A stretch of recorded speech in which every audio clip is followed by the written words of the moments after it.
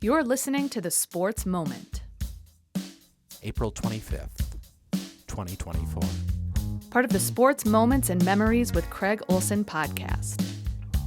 Be sure to like and subscribe so you never miss a sports moment.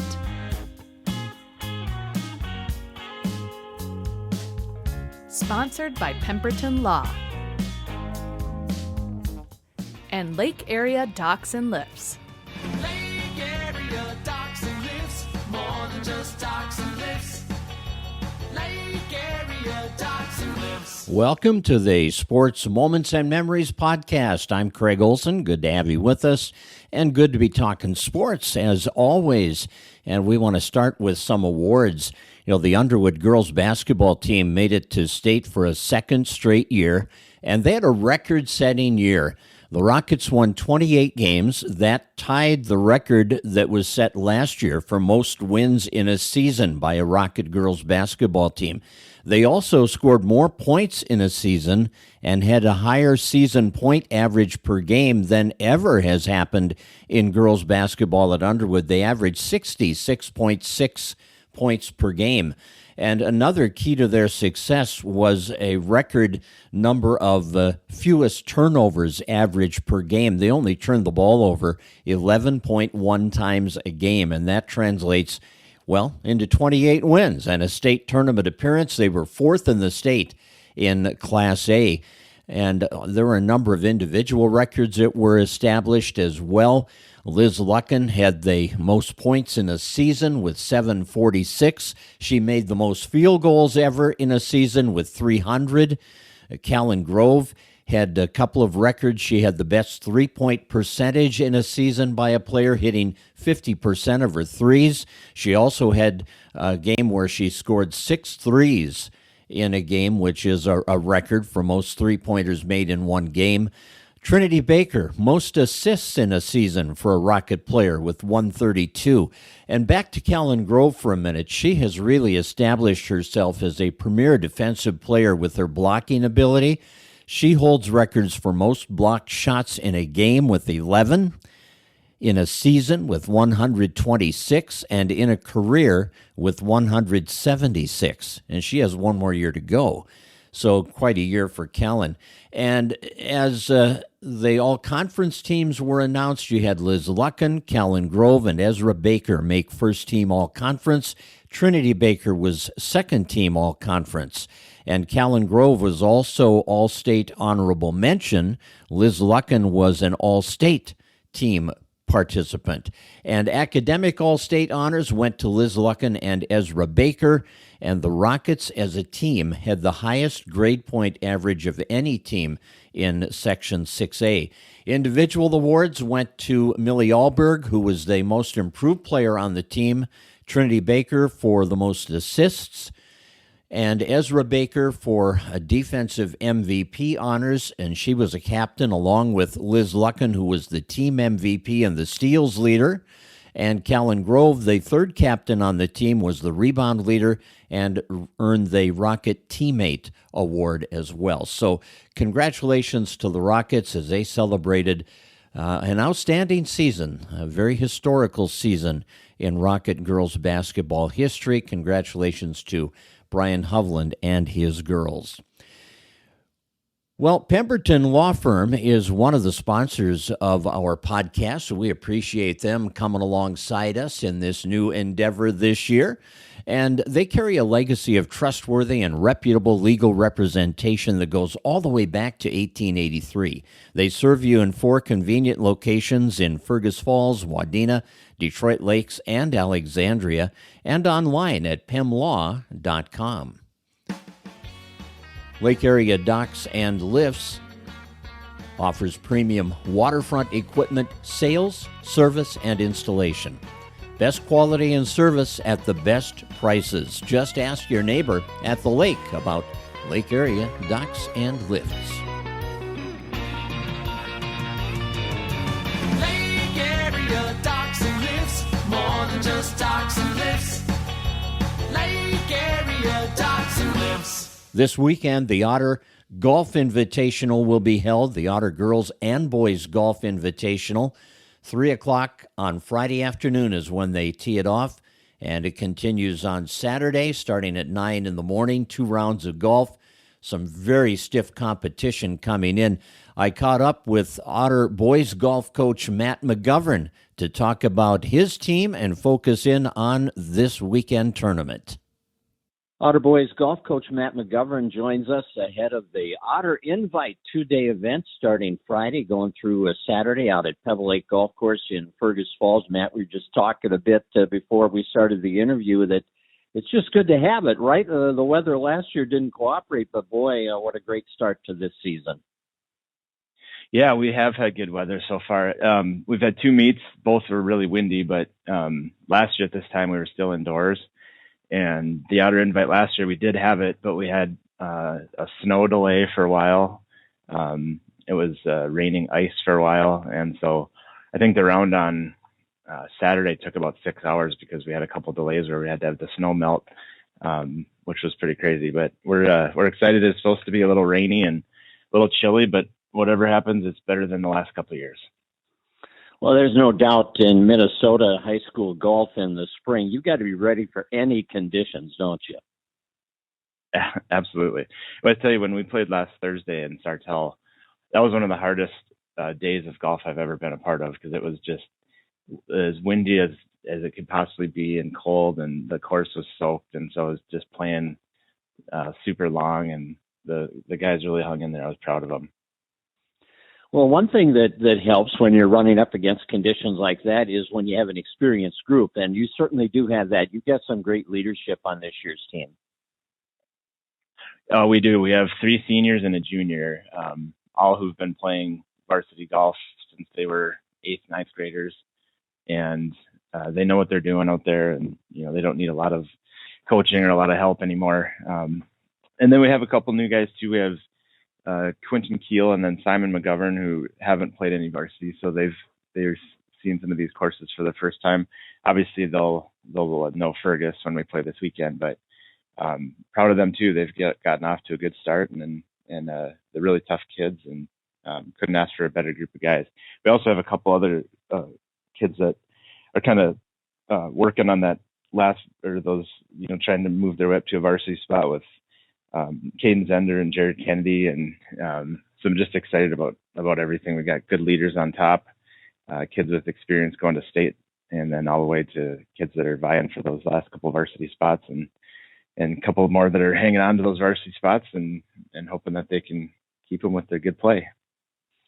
Yeah, talk about your senior captains and the guys that are leading you and how their games have progressed. I know they put a lot of time in, and I'm sure a lot of time on the simulator and maybe even a trip south if you get a chance during the winter. But how prepared are they and excited are they for their senior year?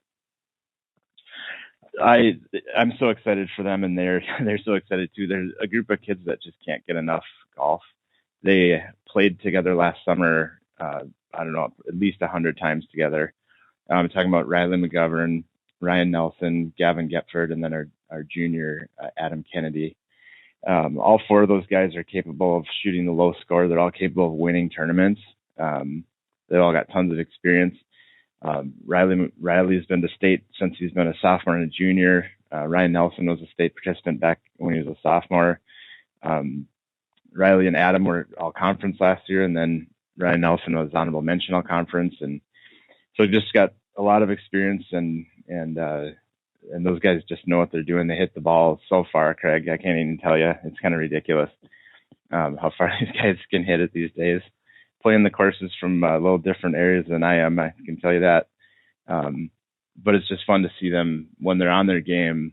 They're all capable of shooting under par, even par, anything like that. So looking for big things this weekend out of those 4 especially. What can we expect this weekend competition-wise? You're in a tough conference, the Central Lakes Conference, so you get some stiff competition every time you go out, it seems. But are we going to see some Central Lakes teams or a variety of teams from around the area? What's the field look like? Yeah, so actually we got, I guess just like Central Lakes, we like to make things tough on ourselves. So we have Orono coming. They're bringing 2 varsity teams and a JV team. Detroit Lakes is coming, and they're going to be our stiffest competition. And Section 8 AA to get to state. So it'll be fun to see how we stack up against them. They got a good team. They're bringing a varsity team and a JV team. And then Crookston is coming down. They're also 8 AA. And they're bringing just a varsity team. And then the Otters will have a varsity and a JV. So it's going to be a crowded tournament. And Orono especially, you know, they're going to be one of those top-ranked AAA teams in the Metro. And talking to their coach, they have basically, you know, they're bringing, like I said, 2 varsity teams and a JV, but their coach thinks, you know, out of the 18 players that they're bringing, that any one of them could make varsity and could be the leader, and that's how deep they are. So really excited to see them. Last year they beat us by a couple strokes at the end, and they did have a medalist who I think was 1 under par through 2 rounds, and I think he was a junior last year, so he's going to be a senior this year. So definitely some stiff competition. DL's got some really, really talented players. Same with tons of experience. And so, yeah, we're excited to see how we stack up. And I don't think there's any reason why we can't come out on top as well and have an individual come out on top. We have just as much experience and talent as anybody, I think. So, but I'm really excited to see Orono because they got some really, really good players down there, and excited that they're coming up to for the weekend. Matt, give us a course update. How did the course come through the winter? How is it playing early in the season? It's in really good shape, Craig. So the last couple of years they've aerified the greens in like October, so then they don't have a chance to heal. So then when we get to the spring, they're kind of bumpy and slow. But last year they did it in September, and then we had a pretty nice fall, and so the course had a chance to recover last fall. And coming into this year, it's in really nice shape. The greens are smooth and fast. Fairways look nice. There's a couple holes under construction. They're filling in the bunker on hole 4 to the right. That bunker's always been kind of an issue with holding water and stuff. So they're going to just fill that in and make it grass. So that's kind of under construction. And then hole 14, the par 5, they filled in the pond last year and then had some issues with the sprinkler system throughout the fairway. So that hole is going to be probably ground under repair. But other than that, we don't have any temporary greens like we've had in the past. It's playing long, but yeah, it's in good shape. We're excited. I can't remember a time in the last 5-6 years where it's been in this good of shape this early in the year. So that's definitely a plus for us. Outstanding. Well, it's certainly going to be an interesting spring, and I think an exciting one for your guys and for Otter golf fans. So, Matt, good luck this weekend. Enjoy it, and I hope the weather cooperates. Thanks, Craig. Well, if you get the opportunity, you'll want to get out and watch the Otters compete Friday and Saturday at their home invitational at Pebble Lake Golf Club. Thanks to Matt McGovern for joining us to talk about the Otters on our podcast. So what are the Vikings going to do? Draft tonight, opening round, they have 2 picks, number 11 and number 23 overall. Do you trade up to grab one of the top 3 quarterbacks, get that number 3 pick from New England, give up both of your first-round picks this year and probably a first-round pick next year and maybe more? I think that's too steep a price. Maybe the Vikings will hold on to 11 and 23 and see who falls to 11. The word is that Caleb Williams and Jaden Daniels and Drake May, the top 3 quarterback prospects, are going to be gone before the Vikings pick at number 11. But J.J. McCarthy from Michigan may fall to 11.